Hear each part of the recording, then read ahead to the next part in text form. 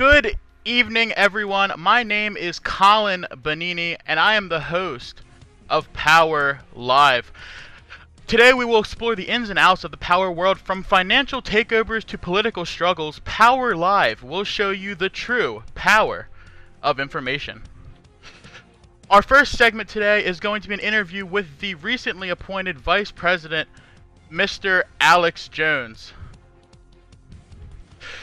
Alex Jones, I just introduced you. How are you doing today, sir? It seems, oh wait, hold on. Maybe he can't talk. LOL. Still Never mind. muted. There you are. You're good. I was gonna say, yeah. I'm doing great. Happy to be here. All right, so just gonna do a quick interview with you real quick. So I gotta ask first, Mr. Vice President, how do you feel after finally getting appointed to the spot? You know, it's something that myself and Ed Reich have been talking about for a very long time, just getting to the White House. You know, since Power 2, we've been working towards this. And to finally see not only, Ed Reich's presidency realized, obviously that was a watershed moment for us. But, to be there, vice president with him, that was the goal, man. That was always the goal. So, finally getting that done feels really good. And also, yeah, we're going to get the rest of the cabinet in there. We're going to fully realize that dream. Another thing that I have to ask you, Mr. Vice President, is that, as you know, one of the reasons why you haven't had the opportunity to be Vice President sooner was because of the congressional gridlock that is happening in both the Senate and the House. Do you have any comment on that? I mean, I don't know about everyone else, but I expected that to happen. I knew that without a majority, the Dems, and definitely by the time the NUP came around, it was pretty obvious that we were going to have a coalition just kind of shutting our bills down. You know what? We don't need a cabinet if that's how they're going to be. We're happy to have more boots on the ground fighting for seats. We already have a massive national influence advantage as it stands, and it's only going to get larger, especially, after Ed Reich's terms are up. I'm going to be in a good position to get in office, put someone else who's going to go after me, maybe in the vice president spot if I have to. It'd be nice to get the cabinet in, but if I have to. In which case you're just going to have a gauntlet of guys who are ready to go, and it's really just going to make the cabinet obsolete because we're just not going to need it if they're going to be that way. All right, you mentioned it briefly. I would like to go further into this topic. The upcoming presidential election. You have Ed Reich from the GOP, Charlie Chan from the Democratic Party, and Huey Long from the NUP. How do you think? I mean, the polls are looking really good. I have to tell you, right now the polls are looking phenomenally in your favor in a three-way race. Not only having the plurality, but the majority. It looks like Ed Reich's going to continue on for a second term. Do you have any comment on that? Yeah, he's what, like 400 plus electoral votes? Yeah, 407 is the projected right now. Yeah, I mean, I don't know. It's sad. I mean, we're happy, obviously, to have Ed Reich back in office again. But as far as the Democrats, it's sad what has happened over there. They've had a power vacuum that's been kind of just constant since the old leadership kind of started unraveling towards Power 4 and to Power 3-ish. And this has kind of just been a cycle where, you've got people like Abraham Macayas, Higgins, who were defined that party at the beginning of this iteration and the end of the last one, and they weren't able to take up the reins the way that needed to effectively be done. And so they took a real leap of faith with Charlie Chan, who's been a guy who hung around their party for a really long time, Power 1 veteran, knows his way around the game. And, they probably thought this guy would be just a great opportunity for them to have some experience and stable leadership. But it's really looking like that's not working out, and like it's just going to cost them a ton of money that's pretty much going towards nothing. So, sad situation. So we've already touched a little bit on what's happening in the United States, but I have to ask you, when it comes to the world, specifically about Russia. Russia declared war on the United States a couple days ago, but have since recalled all of their troops and tried to push a peace agreement through before before their country resorted to civil war to decide their differences. What do you think Russia was thinking when they first decided to attack the United States, and how come the turnaround was so great and so quick? I think it's another sad state you got over there. The guy who was previously in charge, he was in a real bad situation. The walls were closing in on him, and he didn't really see any way out, so he just decided to, declare war on people. I guess, that's something that leaders sometimes do when they just want to try to pull it from the bottom, when they want everyone to just think about something else. But that didn't work out for him. He stopped immediately because it just resulted in his country getting decimated, and I think he was ousted already, like you were saying. So they've fallen into pretty much just a failed state and just constant civil war. So I'm just gonna stand back for a little while, not get involved with Russia, wait to see how that plays out, who ends up on top, if they can restabilize, rebuild. All right. Well, Mr. Vice President, thank you for taking the time to join us here today. I also understand that you will be on the financial panel as well at the end of this, a little later in the show. But then again, thank you for the interview so much. It really means a lot that you took time to be here. Yeah, thanks for having me. All right. That was Alex Jones, Vice President, took his time to be with us here today.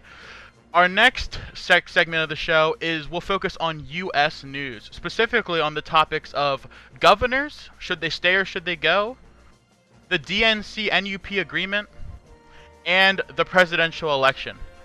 So I would first like to bring in our panelists. Our first panelist here today is Winston Green, the former NUP treasurer and currently residing in the Netherlands. Hello, everybody. Daniel Briggs, the GOP strategy commander and representative from the great state of Iowa. Hello, everybody. Welcome to this shit. John Ross, Democratic politician from the great state of North Carolina. Hello. Thank you for having me.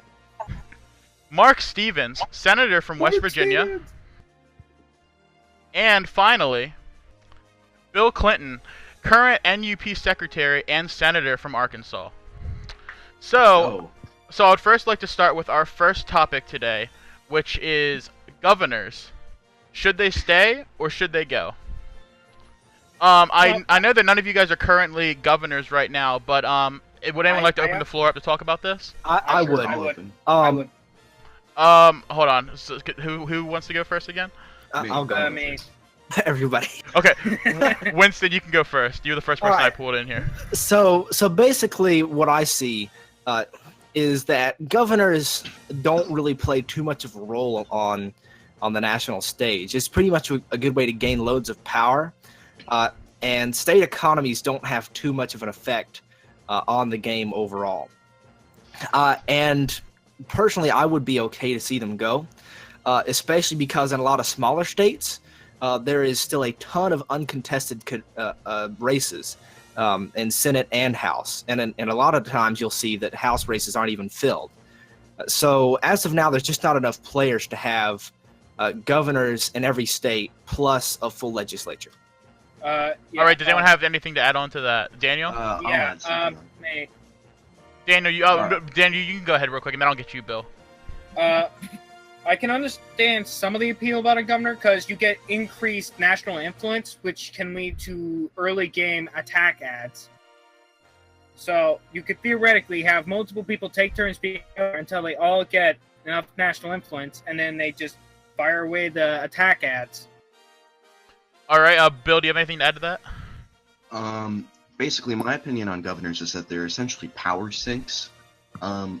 They basically guard the states, but they don't have any way like senators do with reputation for not voting. If they don't touch anything, they don't have any way of losing any power or having any low approval or anything like that. So I think Rumsfeld should remove them in their current state and re-implement them.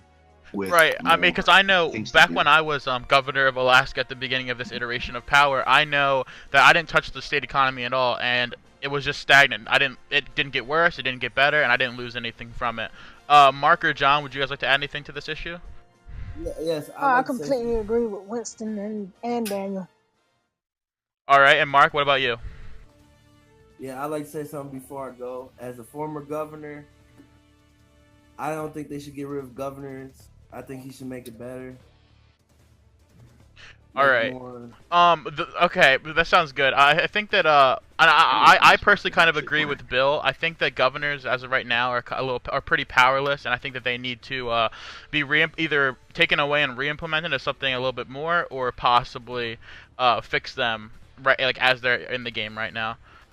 But yeah, that leads us to our next topic, which is the DNC-NUP agreement. I know that there are a lot of very strong opinions about this coming from all three sides of the United States. So, first, before we start with that, I would like to pull up a. Oh, well, actually, if anyone hasn't seen the agreement as of right now, I have a picture of it. Let's get this. Pull this up. I made sure to spread around the picture to everybody beforehand. Yeah. Okay, give me 1 sec. I just gotta add this. I have a lot to say about this one. Should I open the floor? Just give me 1 moment. I'm pulling this up. All right. So there is the deal as it stands. You guys can all read that as we're discussing it. But yeah, who would like to open it up? Me. Daniel, you can. That's fine.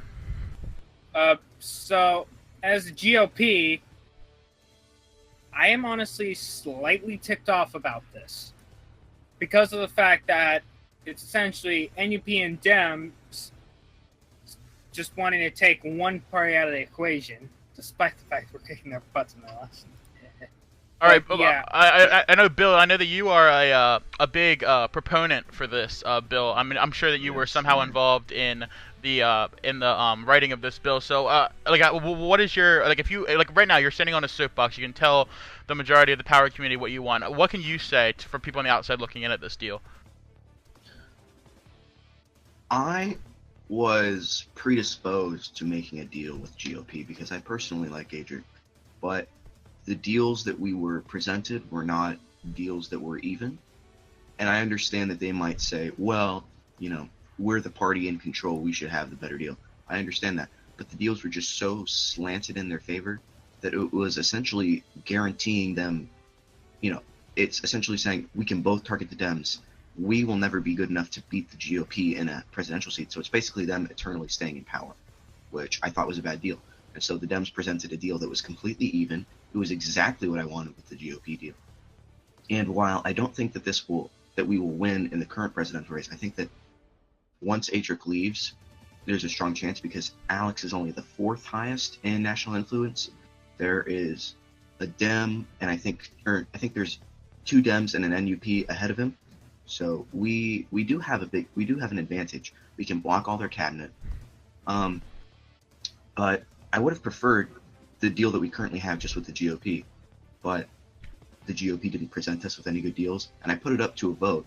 As the secretary, I'm in charge of all voting for the NUP. I put it up to the vote for all the congressmen, and every single congressman that voted in favor of the deal. That's how strongly we felt that we were wronged by the GOP and their deals. Okay, and then also, Winston, I know you were a former member of the NUP. You were there when we were trying to get when the GOP was trying to get a deal with the NUP. Do you have anything to say in regards to this deal or the previous one? As far as the previous deal, I actually differed with Bill Clinton on this one. I thought it was sufficient, and as long as the GOP held by it, we would at least gain from it. But as far as the current deal, as of now, game mechanics don't really allow for another party to throw everything behind, on the Dems candidate, and that candidate still win. As of now, the GOP still control too many states for them to be challenged, as can be seen by the current presidential map. So while the deal may be all fluffy and stuff on the surface, it's overall ineffectual. All right, and then John Ross, you're the only Democrat that is here. So from your side of the deal, how do you feel about this? I think it is a good deal. I think that we can do a lot with it. All we need is for the NUP to keep their side, and everything should go as planned.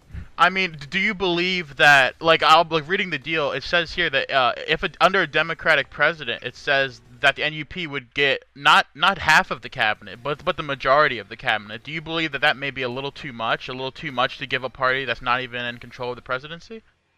Yes, I do. And to be honest, this is the first time I'm actually seeing the deal, so this is all very new to me. So as a Well, Democratic politician in the party, you're saying that you have never received any, you have never saw this deal. You weren't in the process of approving this deal. So what you're saying is that the higher ups of the party made a deal and didn't consult anyone else in the party? I'm saying that I've been busy and no one has reached out to tell me about this deal. if I So may I jump, stand by what I said. This is the first time that I've seen this deal. Okay, Bill. And yep, if you I can go. may jump in and explain the cabinet proportions. So essentially, the thought process with this was that cabinet and 2 seats is essentially or presidency, and the party with the presidency gets the not half the seats because they have the presidency, and the other half gets the majority of the cabinet because it's more balanced that way in terms of NI, and it flips under an NUP president. I think that was what I wanted with the GOP deal, was we get the majority of the cabinet, they get presidency, they get vice presidency. That's what I was fine with. But if I recall, NUP is vice president. Honestly, the specific seats aren't that important to me. I would be fine with the Dems, with the incumbent party that has the presidency having vice presidency. Speaking of the presidency, I would like to move on to our next topic, which is the upcoming presidential election. As we know, it is under a day away, I believe, at this point. About 19 hours or so. Yeah, it is 18 hours away at this point. So I would like to ask you guys, because we have one person from the NUP, one person from the GOP, one person from the Dems, and one person outside of the U.S. So I would like to start with, John Ross, you can start as a Democrat. How do you feel about the presidential election? How do you think it's looking for the Democratic Party? I think that it's clear that we are behind 276 electoral votes. I think that this go around in the presidential election, we should kind of just move back, focus all of our time and efforts on Senate, House, and governor elections, and then come back next presidential election and then win the presidential election. All right. Next, let's go with Daniel Briggs. Edrike Newhoff is ahead. Do you see any way that he can lose this? Well, actually, over here, we are currently looking into a strategy. We are looking at states that can possibly be lost. However, we are consistently telling GOP members to make sure not to lose the states. So I don't really see much of a loss at this point. All right. Unless they throw everything they got into it, which I doubt they'll be capable of.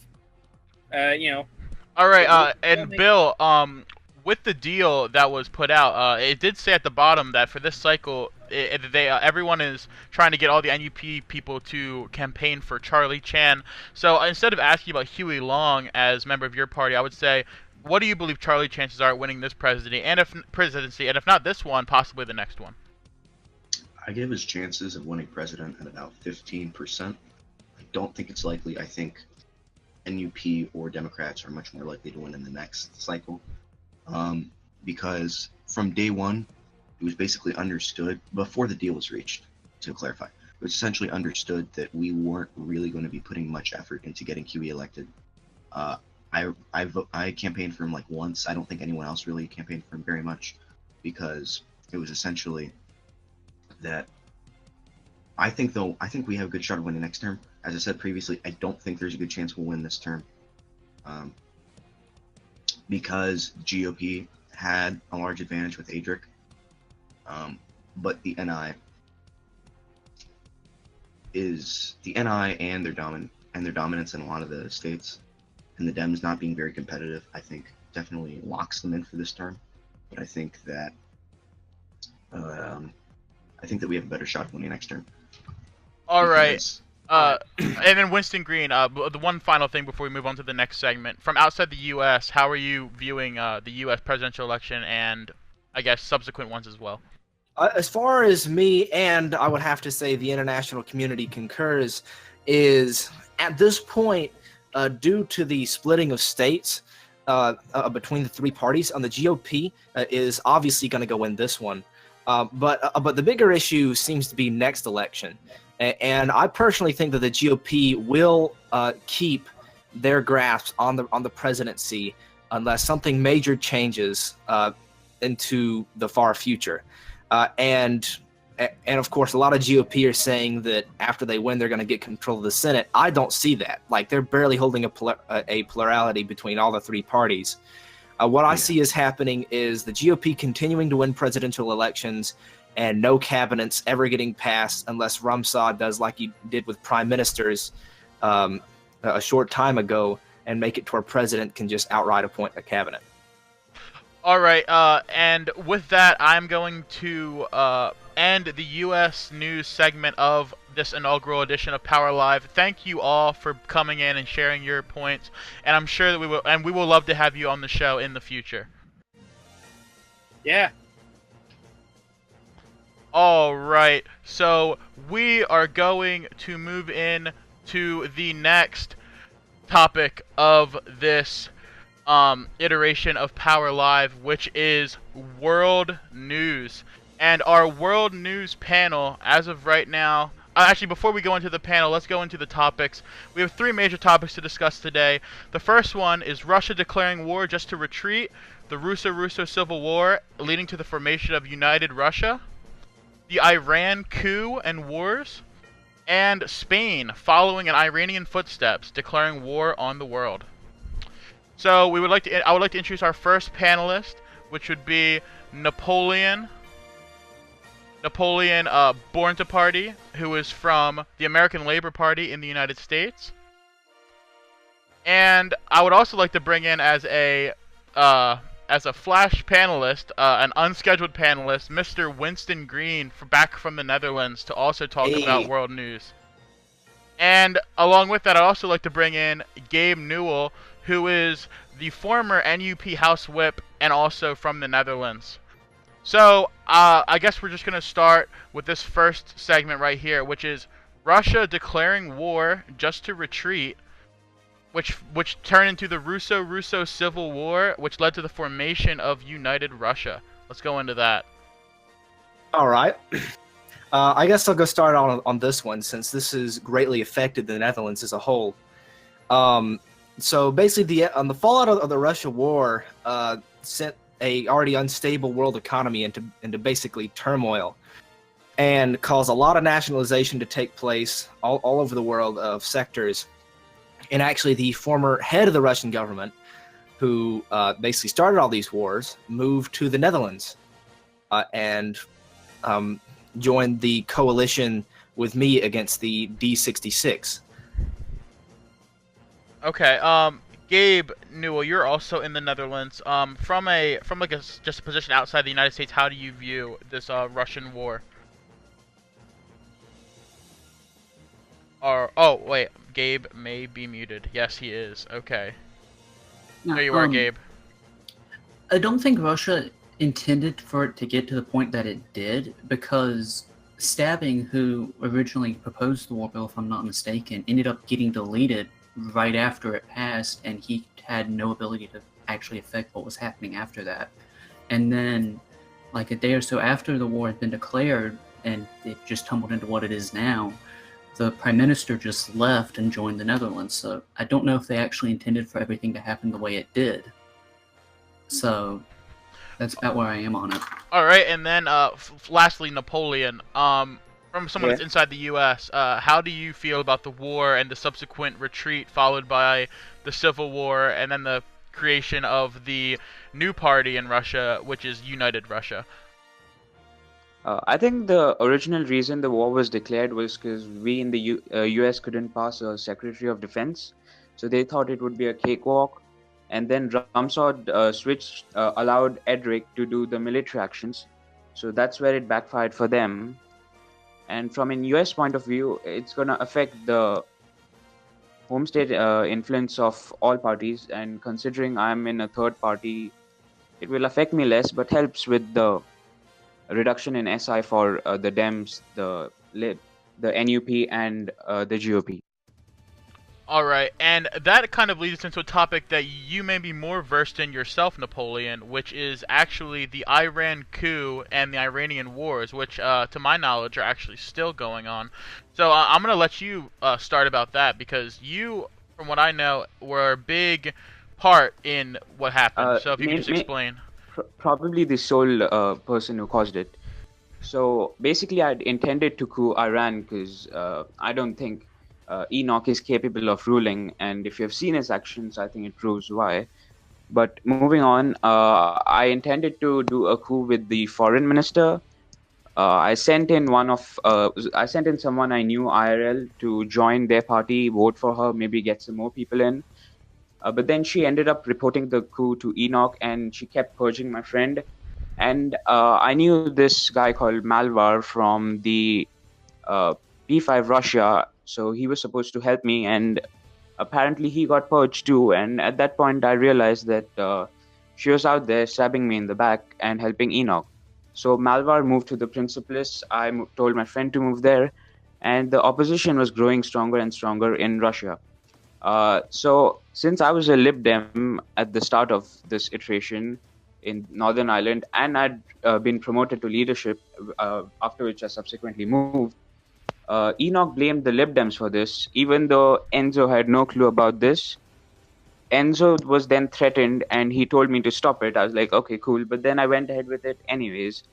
And then when I shouldn't have done this, but I accidentally told their foreign minister Ashra that my coup intentions were still on. She reported it to Enoch. Enoch declared war. Then the mutual defense pacts triggered in, and that's how it's happened here. All right, and then so the war itself, and also I have a quick fact check that I need to change something I said earlier. I was mistaken when I said that. And what I meant by United Russia, they've always been a party, but it's the party that looks like is finally going to come into power after the previous administration was ousted out of the country. But like I said, going back into the Iranian coup, from what I have heard, and I've also talked to some Iranian nationals as well, it does look like you were the sole person responsible for the coup and the wars. Let's get another perspective from another country, from the Netherlands. Winston, how do you see the Iranian just page after page of wars? How do you feel about that? Overall, it's going to be massively devastating to Iran as a whole. But overall, on the world stage, it's not going to be as devastating as the Russian Civil War. But we also need to look at this in a bigger picture, that the leaders of both Iran and Spain, I believe this is more of a Fifth International collaboration than it is anything else. Because you can definitely see some of the major powers, such as the heads of the ACA and the heads of the Fifth International, going at each other, which I predicted a long time ago, and it's ravaging the world economy. Probably one of the only few countries that it hadn't touched at this point are India and, of course, the Netherlands. Can I make a correction there? Yeah, go ahead, Napoleon. Yeah, I think India has recently declared war on the US and are sending a ton of troops, which is diverting the US war effort from Russia and India. Yes, but overall, their economy has not been hit as much yet, I should say. That could change on a dime at this point. Yeah, that's true. All right, another thing that I have to bring up, it kind of goes hand in hand with this, is Spain has also followed in Iranian footsteps and has since declared war on pretty much everyone that Iran declared war on. How do you guys... Actually, it's exactly everyone. So, do you guys have any comments on that? Spain has lost their minds pretty much. I don't actually know what's happened, but it won't be too long before Spain is just a husk. I mean, their economy is going to be ruined. Their national stability is going to be ruined. Even if somebody were to go coup at this point, it would be too late.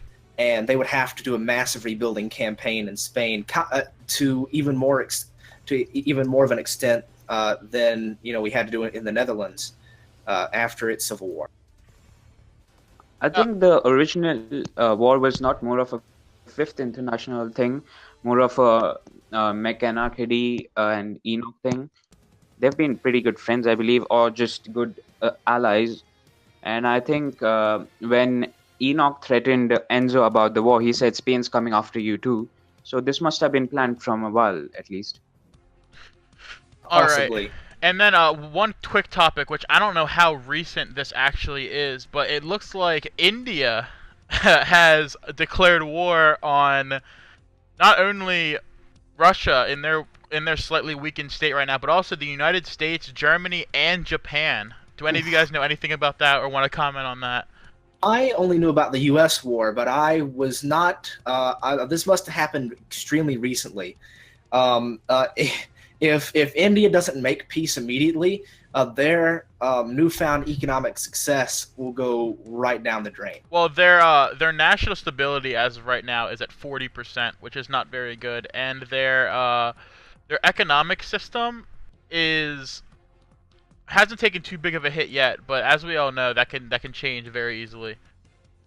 Indeed. I think most of the wars internationally are because of MDPs, and none of them intend to engage in war with those countries. Yeah, I agree with that note as well. I mean, I don't think a lot of these wars are actually meant to be fought, because if you look, a lot of these wars have no deployed forces on either side. And so I don't know what's going on there. If it's just they don't have the troops, or if they're just trying to work out a peace agreement between the two countries. It's possible incompetency between between the ministers of defense, and in the U.S. case, the lack of minister of defense. All right. Well, I think that actually brings us to the end of the world news segment. Winston and Gabe, you guys are gonna stay here for the financial news segment as well. Napoleon, would you like to stay for that, or would you about financial news? What does that entail? Just like the economy and stuff like that. I have no clue about the economy much, except that the world economy is going down because of the wars. Yeah, that's it basically. All right. Well, then Napoleon, I will again see you next time you're on the show. But without further ado, that actually brings us to our next segment, like I said, which is the financial news. And more specifically, we're going to talk about India and its recent economic success, and also the impact of all of these global wars on the economy. So, along with Gabe Newell and Winston Green, who are going to remain with us for this next segment, I would also like to bring in Vice President Alex Jones back with us here today. So, I would like to start off with the first topic, which is India. And their recent financial success. As you know, we see the world's richest, I'm pretty sure, is still from India. Yes, he is still from India. So does anyone have a comment on that? India's economic success was mostly brought out by the initial feuds between the Bogdanovs, China, and Russia. Because as they fought each other, all their assets became unstable, and India took advantage of that very well, I might add, and all of a sudden came from being a marginal power economically to a massive powerhouse. Of course, again, I don't know how long that'll last now that they've entered the fray, which was a mistake. But overall, I'm fairly surprised about how India's taken advantage of the situation so tactfully. Mr. Vice President, do you have anything you would like to add on that? I think India was always in a position to be economically successful. The game does try to emulate real life, and I watched since the beginning of the game. India had good stability and some really good sectors with great profit margins, and they did a good job of managing those sectors. I think they got a little overambitious, though, with the State Bank of India going rampant overseas and just messing with all kinds of the wrong people, the people that you want on your side, because the guys who were running that country were just not savvy about the community. and they don't have a lot of friends. They don't know people, so they've made enemies with the wrong people, and now I don't see a great future for India. But those sectors are definitely something worth fighting over. So we'll see how that goes. Speaking of the sectors and the effect that the globalization has on them, when it comes to the global wars that we're seeing, I mean, you can look. There are pages and pages of wars. How do you believe that these wars are affecting not only the countries that are going out and declaring war on a whole bunch of other countries, but also the countries that they are attacking? Want to start on that? Okay, Gabe, do you want to start? Sure. I mean, it is affecting the world economy. As you've seen, a lot of the world's richest have dropped and new ones have come into place. But you also have the problem of when all of these wars have been declared, a lot of countries have nationalized a lot of sectors. If you go now to the multinational corporations page, about half of it now is just nationalized sectors, which it used to just be companies. That's definitely changed since the wars have broken out, and I think time will tell as to what happens if they stay nationalized or not. Right. Winston, do you have anything to add on that? Yeah. I think one of the biggest things that these wars have added is uncertainty. If you've looked at the world economy in the past few days, you've seen new companies come up and then collapse on a dime, and your established ones do the same. So if you go into your multinational corporations tab, Noswell coin was way ahead of Yuri coin for a good while there, and the amount of fluctuations have been insane. For example, you could invest, for example, in advanced pony devices. You wake up the next day and you've lost a whole ton of money. And that's why a lot of countries have decided, until this blows over, just to nationalize their sectors to keep it from being so volatile. Along the lines of that, I would like to stop to do a quick shill. For everyone watching the stream, underneath you do see that there is an advertisement button with prices down there, and some people have already bought into it. But if you have a company, for example, that you may want at the top of this corporations list, but is somewhere near the bottom, you can put advertisements for yourself, for your company, or anything down below the stream. Prices are down there. Just be sure to message me if you want to do that. But going on, Alex, I'm sure you have something that you want to add to this. Yeah, I was going to say, I think we all kind of saw before this iteration even started, when we got word that war was going to be coming in, and once Rumsad started giving us more details, I think a lot of us predicted that we would see people exploiting it, using it for meme or shitposty purposes, and just kind of using it as a game-breaking element. And that's definitely what's going on. You look at Iran, for example, or the United Kingdom. These are countries who are just kind of going to war just because they can press the button. And yeah, what you were saying earlier about whatchamacallit, not just stability, but the predictability of the markets. That's what investors look at. Everyone wants to be able to think that they have an accurate prediction of what's going to happen in the future, and that's how they're going to make their money. But when you've got these wars going on and all these countries nationalizing, privatizing, vice versa, over and over again, almost exploiting that feature to an extent too, there's just almost no stability or guaranteed profit to be made in the private market when it comes to investing in these corporations. All right, and with that, you three are all on the financial news panel. Do you guys have any financial advice for any viewers or anything like that you would like to say at this point? Gabe, we can start with you. I really do not. Okay, Winston? As of now, I would recommend, if you have a decent amount of funds at the moment, playing the markets is too risky. What I would do is just keep your capital to yourselves until these wars blow over, until things stabilize. And if you're running a country, I would highly recommend nationalizing your sectors if you're not at war, to keep them from going down the tank and to keep it stable. But of course, make sure you have a competent minister of finance before you do so. All right, and then Alex, you can go last. Yeah, I was just gonna say that. I mean, there really is no right or wrong move, so to speak, in the market. But one thing that I found out a lot of great info on, uh, something that has really helped me, make wise investments is just when you're going around checking countries, looking at sectors and all that, just kind of evaluating possible investments. Look at the legislature tab. Look at and see if there's any bills coming up, maybe subsidies, maybe something's getting nationalized, and people sometimes don't look at that stuff and they just they walk into a trap. Or vice versa, you notice something like someone's going to get a subsidy or something's going to get privatized, you can make the investment early when it's cheap and make bank. So look at those tabs. Use the information that the game gives you. All right. Well, like I said, thank you guys for being here for this iteration of Power Live. But yeah, I'm just gonna return you guys back to the waiting room, and we're gonna get on to our next segment. Alrighty.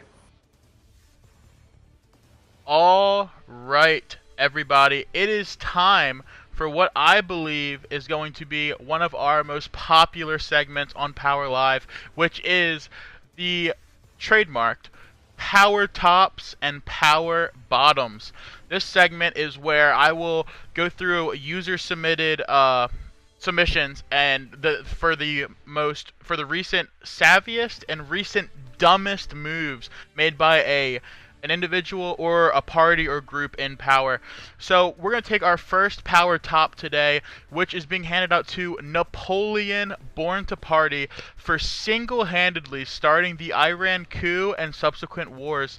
He single-handedly was able to put two members of the same political party against each other when none of them even hated each other until he came in and started spreading rumors around. So he gets one of the power tops for this week. And our second and final power top of the week goes to the Mark Stevens for President meme. That was one of the largest, albeit one of the quickest to go away memes that we've seen in this iteration of Power. But you had people from all sorts of parties rocking that the graphic that was made. I know Adrian had it as his PFP from the GOP at one point. A lot of people from the NUP had it as well. So those are our two power tops for today. And we have three power bottoms submitted by fans. Our first power bottom goes to the Democratic Party for giving up an arm and a leg just for a chance at the White House. You see that these people are willing to give up the majority of their cabinet just to try to possibly get the presidency. And they get a power bottom for that. Another power bottom has to go to Russia for declaring war on the world just to retreat. And that destroyed their economy, destroyed their sectors, and it got their administration ousted out of the country. And our last power bottom, which I think is probably the lowest of the low, goes to Paul Kennedy for existing. I'm sure all of you understand that. But I have to say, this concludes this episode of Power Live. We hope that you all join us next time as we continue to expose the true power of information. Have a great night, everybody.